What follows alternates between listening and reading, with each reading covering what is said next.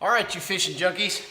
Here we go with Jasper Engines and Transmissions recap of Grand Lake in Oklahoma, the last Central Open. As most of you know, I was really swinging for the fence on that one, trying to win it so that I could get a berth into the Classic. It didn't happen. Fall fishing, the last couple of events have been extremely tough to get bites. And it's just the time of year. There's a big transition going on. Fish chasing shad, they're moving every day, plus they're getting a lot of pressure from the anglers because of a lot of different big events being on those bodies of water. Anyway, all that being said, I had the bites over a 2-day period to make the top 12. And it's really disappointing that I didn't execute very well because I would only get 6 or 7 bites a day. And whenever you lose 2 or 3 or 4 of them, it does not make you for a happy camper.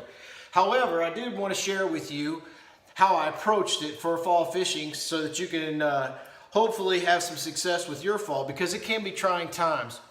In the mornings under low light conditions and in the evenings, I would always start out with a topwater bait.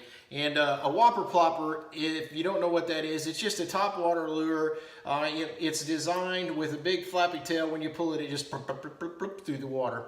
Anyway, this is the new 110. It's a great size, handles well, casts accurately, and it generates a lot of bites. So I'd always target that around flats, points, chunk rocks, docks, things of that first thing in the morning and under low light conditions. Then as the day would move on, I would start cranking.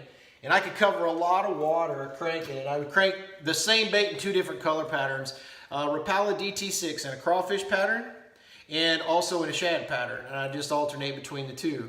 So again, I would target a lot of the same areas, especially when I'd start seeing a lot of shad schools around the docks and on the flats and points and up against the bluffs as well.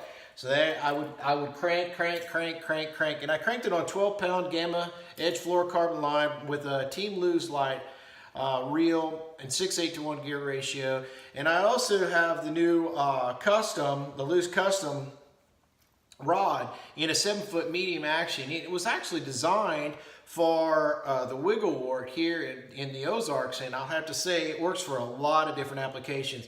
But I was really impressed with the action, the weight. I mean, you can fish it all day long. It's not fatiguing, and it has the perfect action for whenever you catch, whenever you get a fish on, and for throwing those smaller, lighter baits especially.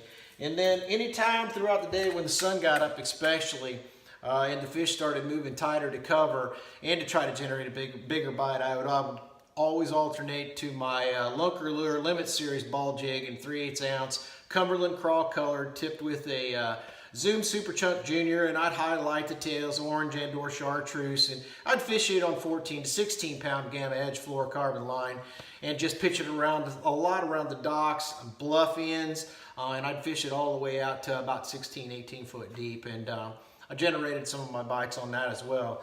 The tournament did not finish up like I had hoped it would, but you know what? That's fishing, it's fall fishing, and we're gonna keep our chin up, keep going, and hang in there. Things are gonna turn around really soon for us. I got a really good feeling about this.